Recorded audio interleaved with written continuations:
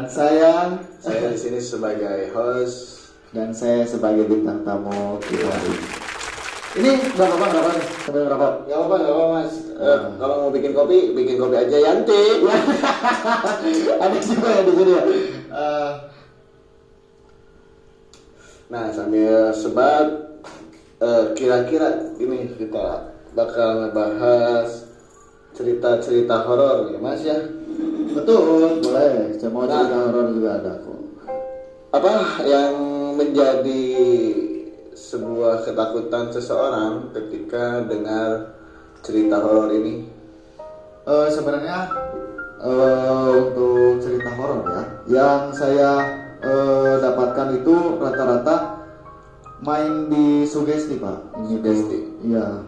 Jadi emang main di sugesti karena sugesti mereka, bayangan mereka itu takut, menyeramkan, dan hingga akhirnya mereka jadi takut sendiri. Sebenarnya bukan mereka yang menakut-nakuti, tapi diri kita sendiri yang nakut-nakuti diri kita sendiri. Gitu.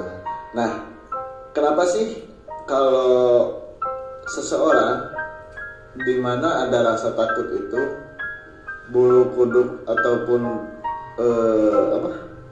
Ya, bulu-bulu ini merinding, kayak gitu mas. Itu ya. Emang merinding itu karena mereka itu sebuah aura atau hawa lahnya.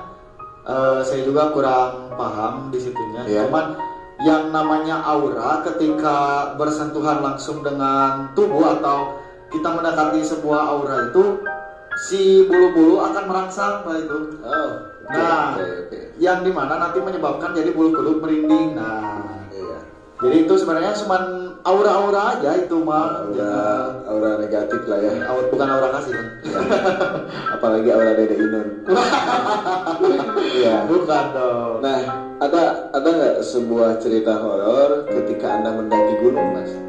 Ada. Jadi ketika Anda mendaki gunung, jadi ada kisah horor yang belum Anda publish ke semua orang ataupun ke setiap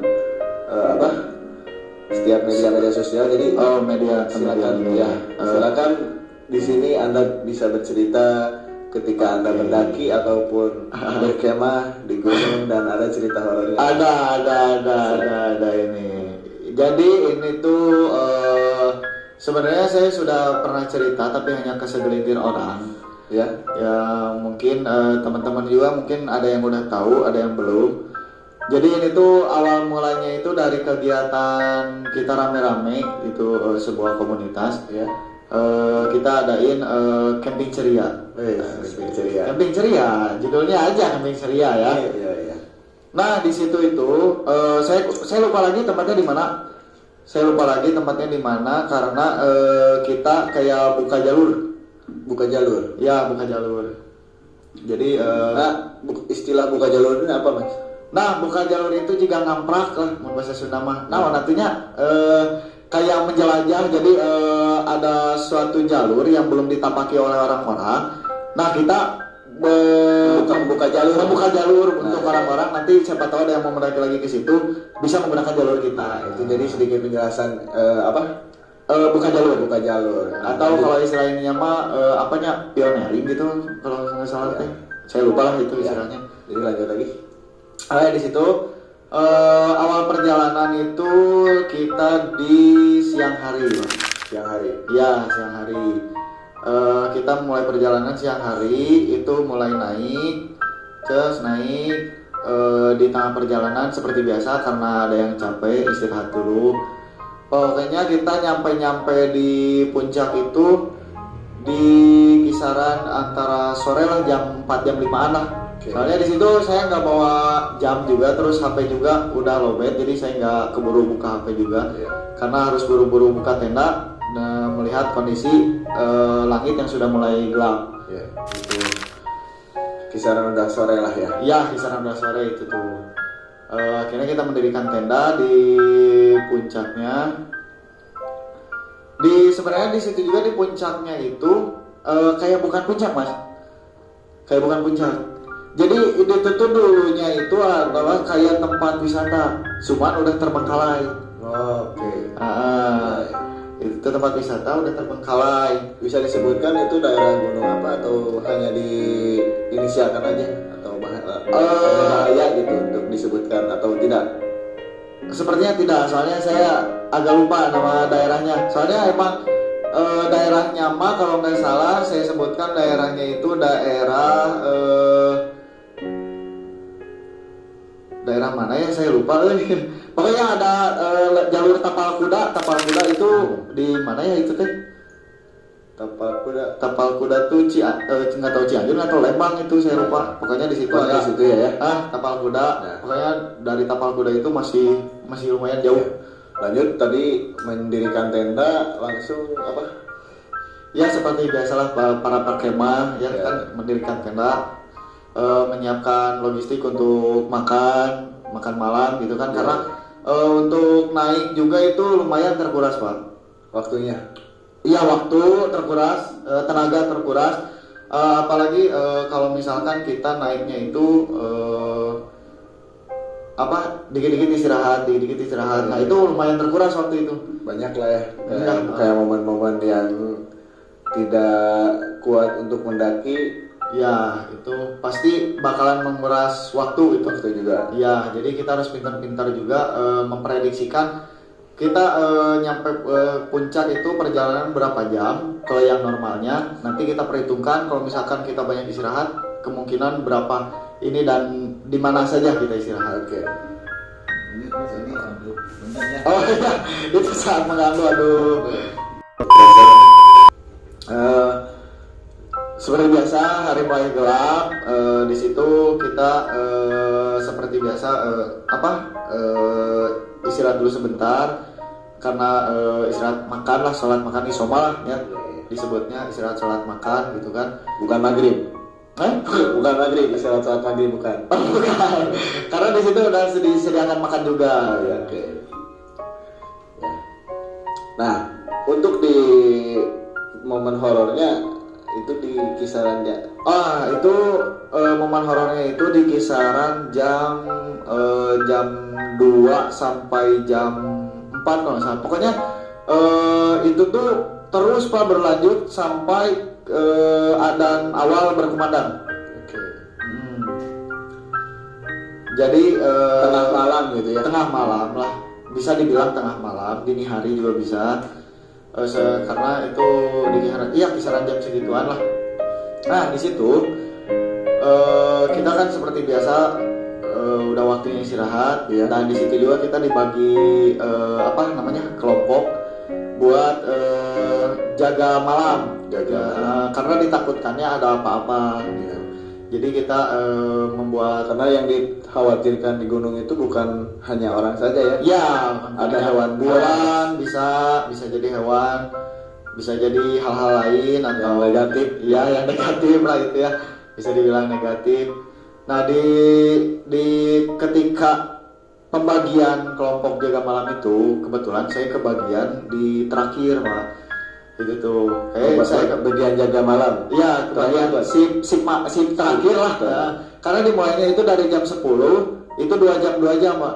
Dari jam 10 sampai jam 12, dari jam 12 sampai jam 2, dari jam 2 sampai jam 4. Oke. Nah, saya kebagian dari jam 2 sampai jam 4. Sebenarnya nggak sampai jam 4 sih, sampai subuh lah, bisa dibilang sampai subuh. Karena yang terakhir itu bisa sampai pagi ya. Bisa sampai pagi, bahkan mungkin nggak tidur lagi sedari jam 2 itu. Iya. Nah, ketika di jam 10 itu saya udah istirahat karena saya nyiapin tenaga buat nanti ditakutkannya tidak tidur lagi, langsung turun. Makanya saya langsung tidur, langsung istirahat lah intinya. Ya. Itu masih aman-aman aja di situ. Masih aman-aman aja. Emang tempatnya juga agak lumayan serem saya juga. Karena itu tempat wisata yang terbengkalai itu yang kita bayangkan itu ya udah gitu kan, terbengkalai gitu kan. Yang namanya terbengkalai mah nyata kaurus gitu kan. Udah kumuh kan. Udah kumuh. Apalagi di sebelum jam 10 itu kan saya bertugas buat nyari kayu bakar juga mah di situ. Saya nyari-nyari juga. Ternyata di situ juga ada kayak gubuk-gubuk gitu. Ada gubuk-gubuk itu, gubuk-gubuk bekas-bekas kayak Kalau ini mah merenya kayak Saung. warung lah. Oh, warung. Warung jadi warung buat tempat ngopi gitu merenya, buat jajan-jajan. Bener kan? Jadi dulu itu tempat wisata lah ya. Tempat wisata itu tuh. Karena udah terbengkalai itu, udah kosong itu benar-benar kosong di saung si saung itu tuh. Iya. Wah, itu mah udah benar-benar kosong itu, Bang. Untuk jalur trek juga kan itu udah tertutup semua. Iya, hampir. Makanya Kang Rehan itu Ya. membuka jalur untuk jalur atas itu. Iya, betul. Nah, dari momen horornya tersebut dialami gimana itu? Nah, untuk horornya, Iya. itu ketika saya jaga malam, dibangunkan, terus jam 2 bersama 2 rekan saya. Jadi posisinya di situ bertiga. Iya. Bertiga. Intinya tugasnya yang ketika jaga malam itu menjaga keamanan sama menjaga api unggun biar tidak mati api unggun. Nah, Oke. mau break dulu nih Adan? Boleh? Kita break dulu ya, Adan sebentar. Nah, tadi dibangunkan. Dibangunkan itu kita bertiga jaga malam. Terus yang dua itu lanjut tidur. Berarti iya, yang itu yang ngebangunin saya tidur. Jadi ya saya yang sebenarnya bertiga gitu. Oh, oke. Jaganya itu bertiga. Kebetulan rekan-rekan saya juga udah dibangunkan, udah siap lah jaga malam ya.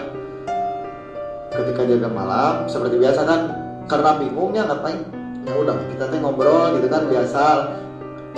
Bangsa sekarang mah di talk gitu ya. Iya, di talk bisa itu juga bilangnya di talk. Ngobrol bertiga sambil jagain api unggun. Gak lama di situ emang awalnya itu suara anak ayam. Iya. Suara anak ayam dulu pertama emang. Oh mungkin Berkokok gitu. Hah? Suara anak ayamnya berkokok. Enggak berkokok. Kayak gimana sih suara anak ayam teh yang cicit. Oke. Itu yang itulah suara anak ayam. Mungkin saya mikirnya masih ada warga yang sering lewat gitu kan, yang buat jalur mereka ke pedesaan mereka ke kampungnya gitu kan. Mungkin juga ada yang melihara ayam gitu. Saya mikirnya di situ gitu. Tapi lama kelamaan itu, wah ini merinding. Karena ingat lagi ini, flashback lagi. Lama kelamaan itu si suaranya itu berubah jadi suara tangisan perempuan. Oke. Tangisan perempuan. Awalnya enggak ya kita, yang enggak kayaknya cuma saya aja di situ. Nah, awalnya Posisi yang dua orang itu kira-kira masih mengobrol atau sama-sama melamun gitu? Masih ngobrol di situ. Yang ngelamun saya. Oke. Saya ngelamun karena saya ngedengar Suara tangisan itu. disidik-sidik. Nah, jadi suara tangisan gitu kan. Disidik-sidik teh. Nggak lama dari saya melamun itu, teman saya bilang, jempek. Diam kan, hening kan di situ, otomatis hening. Terus hening pas hening, benar di situ, jelas suaranya ada suara tangisan. Jadi kayak gimana nangisnya? Contoh ini nih nangisnya. Boleh. Nangisnya kayak seperti itu, kira-kira seperti itu nangis. Tapi suaranya suara cewek di situ. Nah di situ kita berusaha buat berpikir positif, tapi karena susah mungkinnya. Karena susah kita jadi mikirnya oke jangan panik. Intinya api unggun jangan sampai mati. Jadi itu kita suplai lagi kayu. Untungnya kita udah nyiapin kayu dari sebelumnya gitu. Banyak gitu. Udah banyak, jadi tinggal potong-potongin, tinggal masukin gitu kan. Kalau misalkan kita harus nyari lagi, nah itu di situ mulai khawatir lah. Iya, khawatir. Ada kekhawatiran. Iya, karena itu emang terdengar sangat jelas. Itu juga kita bertiga yang mendengarnya sangat jelas. Dan itu tuh lama itu dari jam 2 itu tuh sampai azan awal itu lumayan jarak waktunya kan lama. Itu terus saya nangis. Kita dengerin masih nangis. Kita ngobrol lagi buat mencairkan lagi suasana, bercanda gitu kan. Gimana? Biar nggak kepikiran. Gitu. Biar nggak kepikiran. Tapi susah gini karena terus itu tuh terngiang-ngiang di si telinga kita teh gitu. Itu posisi masih ada suaranya. Masih ada. Kita ngobrol juga kan sengaja dikeras-kerasin suaranya gitu ya biar buat menghilangkan si suaranya. Tapi nggak tahu kenapa si suaranya teh kayak nempel gini, kayak yang di dalam. Wah ini mah. Iya. Jadi mau kita ngomong sekeras apapun juga deket. Kayak yang deket, kayak yang di iya weh di Nocewi gitu. Eta mah. Nah dari situ aja. Meren burung eta mah. Kita kira, emang aya burungnya suara anak itu aya cenah. Dua rekan Anda berspekulasi kayak gitu. Iya. Karena saya juga ya udah ngiyahin aja gitu kan, saya percaya itu burung gitu kan. Karena emang di situ posisinya kan gelap juga kan. Gelap nggak kelihatan apa-apa. Dan posisinya itu suaranya itu di arah jurang, Pak, itu. Di arah jurang. Jadi kita ini di tengah. Nah, si suaranya itu dari pinggir-pinggiran. Emang di bawahnya itu ada kamar mandi sebenarnya. Ada sumber air lah, ada kamar mandi juga. Nah, cuman si arah tangisan ini tuh bukan dari kamar mandi itu, karena kamar mandinya sebelah kanan. Dan si suaranya mah dari sebelah kiri. Pas banget jurang itu tuh. Oh itu. Ya gitu, pas banget jurang. Itu juga sempat kita mau cari apa? Boleh minta apa Mas? Oh ya boleh, silakan. Kita cari sumber suaranya, kita senterin gitu kan, seperti biasa kalau di gunung-gunung biasa kan ada hutan belukar gitu kan. Kita senterin di situ, emang pure nggak ada apa-apa di situ. Emang cuman suara tangisan doang gitu. Nah di situ saya nggak berani lihat ke atas. Dari itu saya nggak berani lihat ke atas, nggak berani lihat ke belakang. Intinya saya lihat ke depan, apapun yang terjadi di belakang saya, di atas saya lihat terus ke depan, ya. Ke teman-teman saya.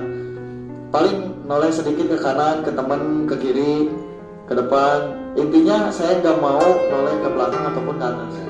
Posisi waktu saat itu kira-kira teman-teman yang memuncak ke sana ada yang bawa senter atau enggak?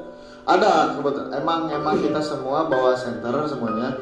Jadi pas kita nyari sumber suara juga itu pakai senter, Pak. Oke. Pakai senter, kita sorot ke ke pohon-pohon lah gitunya. Kita lihat bisa ada yang di pohon gitu kan. Karena emang yang ditakutkannya yang pertama itu emang bener ada yang mau minta tolong. Itu yang pertama. Yang kedua kemungkinannya emang ada yang usil, ada yang jahil gitu kan. Makanya kita inisiatif cari itu karena emang ditakutkannya ada yang beneran mau minta tolong gitu kan. Tapi ketika kita mau cari itu sumber suaranya itu dari jurang, itu. Kita lihat ke bawah juga udah semak belukar gitu kan, nggak kelihatan apa-apa lah. Sekiranya misalkan ada yang minta tolong juga pasti ada kata-kata tolong gitu kan. Tapi ini nggak ada, gitu. Cuma nangis saja Gitu. gitu. Nah, dari situ kita bertiga lumayan merinding di situ ya. Merindingnya ada, takutnya ada, deg-degannya ada. Karena emang itu benar-benar kita jaga bertiga. Real gitu ya. Real bertiga jaga. Jadi yang bangun, yang mendengarkan 3 orang itu, dan sisanya itu kondisinya lagi tidur. Itu kalau nggak salah yang lagi tidur itu ada yang denger juga, Pak. Karena pas bangun pagi ketika kita bangunkan itu sempat dibahas, kita masih di atas. Pas sempat dibahas tadi ada yang nangisnya sana. Ada yang nanya gitu. Iya sana, iya. Kenapa nggak dibangunin sana? Kenapa nggak bangunin kita? Nah, saya potong dulu ya. Ya. Ada nggak rules atau peraturan saat memuncak ketika ada kejadian horor itu kita tuh mengasih tahu orang lain gitu? Ada nggak atau harus cuma kita aja yang alami, kita aja yang dengar, atau nggak rekan tim yang bertiga itu jaga? Itu cuma di keep aja sama kita aja, jangan sampai orang lain tahu. Biar katanya tuh biar nggak ke-trigger. Ya nggak ke-trigger yang ikut panik juga gitu. Karena kan dari kepanikan itu bisa membuat pikiran seorang itu Kacau. Ya betul. Emang peraturan dipotong aja. Ya. peraturan saat memuncak itu ada nggak? Kalau ada kejadian horor kayak gitu tuh? Ada sebenarnya ya yang jadi rules itu ketika kita masih ada di atas jangan dulu diceritakan. Karena apa? Takutnya ketika kita trekking turun dari puncak, Ya.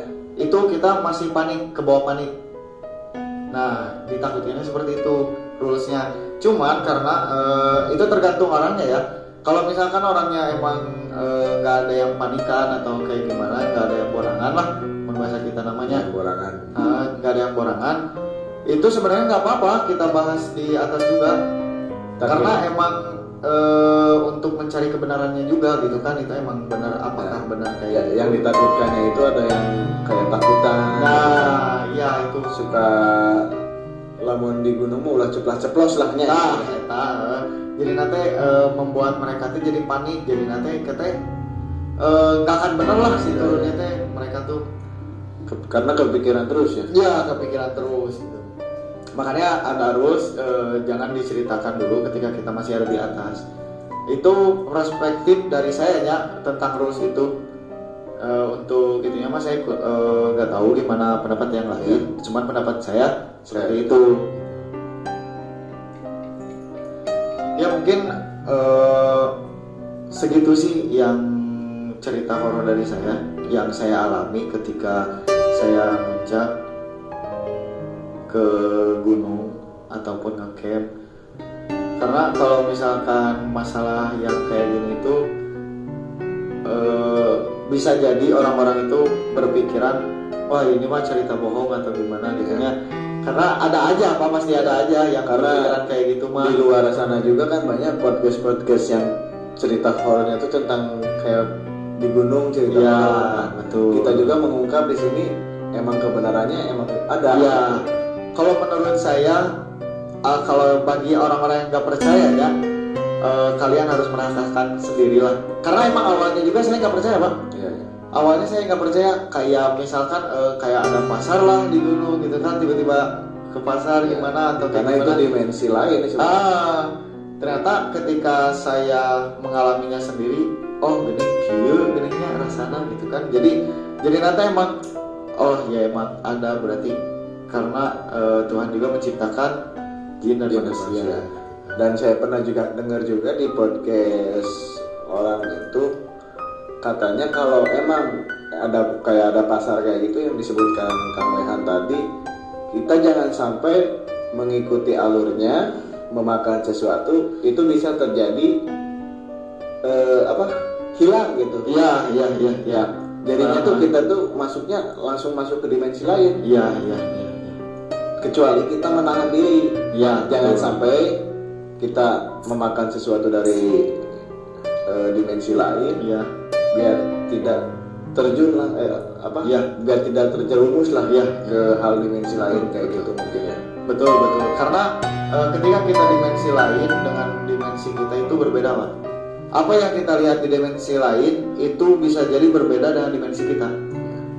Kayak misalkan kita lihat buah-buahan segar di dimensi lain, Ya. itu bisa jadi yang kita lihat di dunia nyata itu bisa jadi batu atau bisa jadi batu Ya.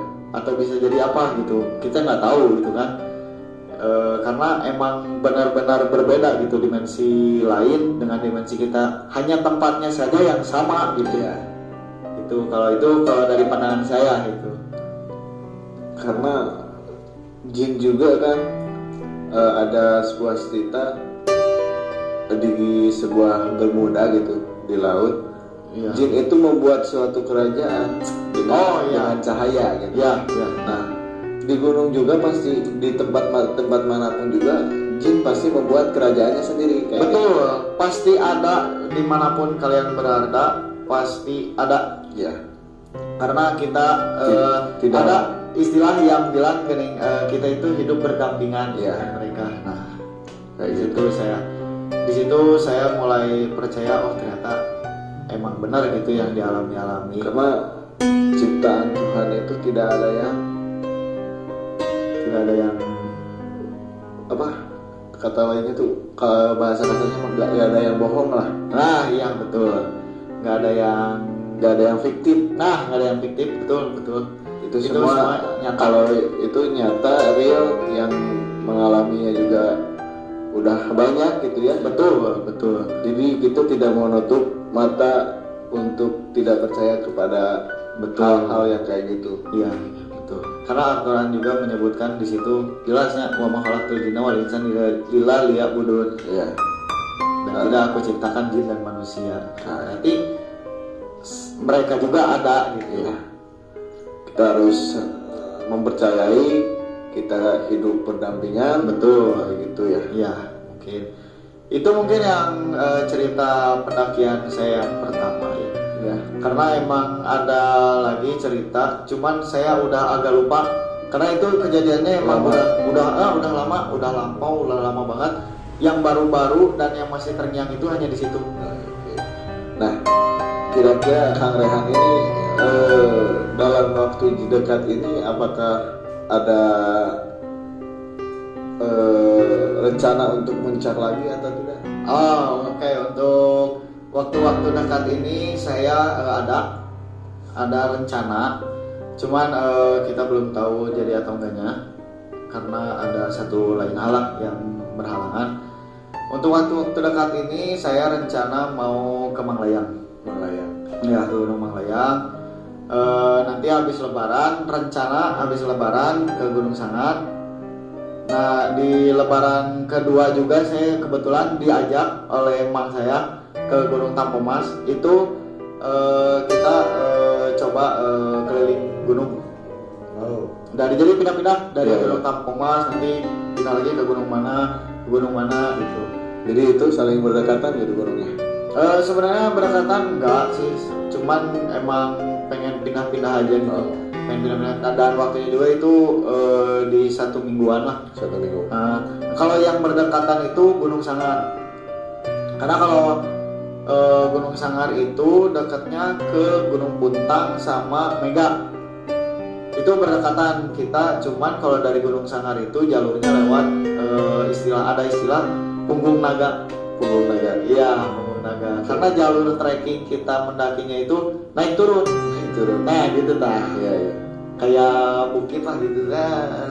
Jadi kayak punggung naga gitu kan. Punggung naga yang berliku-liku gitu kan. Nah, Kang Rehan paling jauh muncak itu ke daerah mana sih kira-kira? Paling jauh saya belum, Atau masih di daerah lingkup Jawa Barat? masih daerah lingkup Jawa Barat. Saya belum pernah jauh-jauh lah, ya belum pernah. Cuman keinginan saya Ke Bromo gitu? ya kayak ke Bromo atau kemana gitu kan yang di luar Jawa Barat. Karena saya pernah dikasih tahu ketika kita punya dana 700 itu mending ke gunung mana gitu yang di Jawa Timur ada. Itu tuh kata mang saya teh disaranin kalau punya dana 700 mah mending kene ke gunung mana gitu, udah bisa ke Jawa Timur, itu bisa keluar lumayan kata saya teh kan. Karena emang kalau hobi mendaki itu lumayan mahal. Cuman dari mahal itu terbayarkan lah. Ya, terbayarkan dengan suasana dan pesona yang Betul, yang keindahan kita alam. punyai gitu ya, Ya, di negara Republik Indonesia ini. Betul. Nah, tujuan dari mendaki ini kan tadi satu untuk mensyukuri alam, Iya, kayak betul, gitu. betul. Nah, ada saran nggak untuk yang kawan-kawan di luar sana yang belum merasakan Keindahan alam? Ya, keindahan alam, memuncak ataupun apa, bisa dikasih sarannya buat teman-teman yang menonton? Oke. Sedikit saran buat teman-teman yang belum pernah mendaki atau mungkin belum pernah sampai ke puncak dan melihat keindahan alam Indonesia. Saya sarankan cobalah sekali dalam seumur hidup Anda. Karena apa? Disitulah kita bisa mensyukuri semua nikmat keindahan alam di Indonesia. Dan yang kedua, bonusnya pikiran kita jadi tenang karena keindahan alam itu. Dan ada selewengan juga ya, karena muncak itu tidak hanya dengan badan saja, Betul. tapi itu dengan sikap perilaku kita ya. Betul. Karena kalau ada sikap perilaku yang belum kita ketahui, Betul. suka langsung terungkap di saat-saat mendaki. Emang saya juga pernah mendengar kata-kata seperti itu, yang dimana kalau kamu ingin lihat sifat asli dari seseorang, ajak orang tersebut untuk mendaki. Mendaki kayak gitu ya.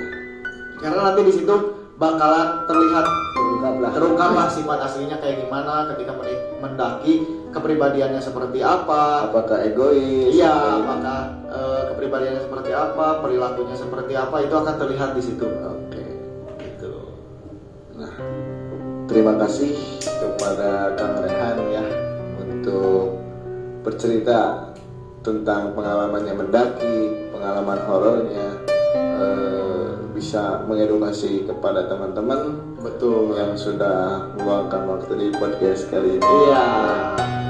Mungkin cukup sekian podcast dari kami, tidak lama-lama. Ini hanya part baru awal gitu ya. Iya. Ini Pak. Oh, ini awal ini. Ini awal. Ini Bintang tamu pertama. Bintang tamu pertama. Dan Alhamdulillah. coba kalian bisa mengikuti terus perkembangan podcast kami di Basecamp JTH Club kali ini, dan semoga bisa lebih menarik lagi untuk pembahasannya dari segi horor, politik, dan kita bakal mengikuti perkembangan zamannya. Semoga podcast di Basecamp JTH Club ini bisa konsisten Amin. dalam segi pembahasan ilmu ataupun lainnya. Mungkin cukup sekian dari. Mungkin ini teman-teman kalau ada. misalkan punya saran, Ada statement dari Kang Rehan. ya ada statement juga dari saya. Mungkin teman-teman yang nonton saat ini punya saran, tolong dong bahas ini, silakan. Ya. Berikan saja saran-saran kalian, nanti insya Allah kita kabulkan lah ya. Dengan pembahasan selanjutnya ya. Betul. Part selanjutnya. Dan mungkin cukup sekian ya. Terima kasih kepada Kang Rehan yang sudah menjadi bintang tamu di podcast pertama. Oke, kali ini saya sebagai host Nova Jamjami mengundurkan diri. Selamat beristirahat kepada kawan-kawan, dan sebentar lagi juga kita menunaikan Idul Fitri. Iya. Sekarang hari ke-26 Ramadan ya. Iya, betul. Sebentar lagi. Oh, ini sama satu lagi saya juga ucapkan terima kasih nih buat teman-teman dari ini nama Basecamp JTH JTH Club ya. Oke. Saya ucapkan terima kasih banyak, udah mengundang saya di sini. Ini sebuah kehormatan bagi saya. Iya, terima kasih untuk hadir di sini. Oke. Mungkin cukup sekian. Stay tune terus kepada kawan-kawan. Jangan lupa like, comment, and subscribe.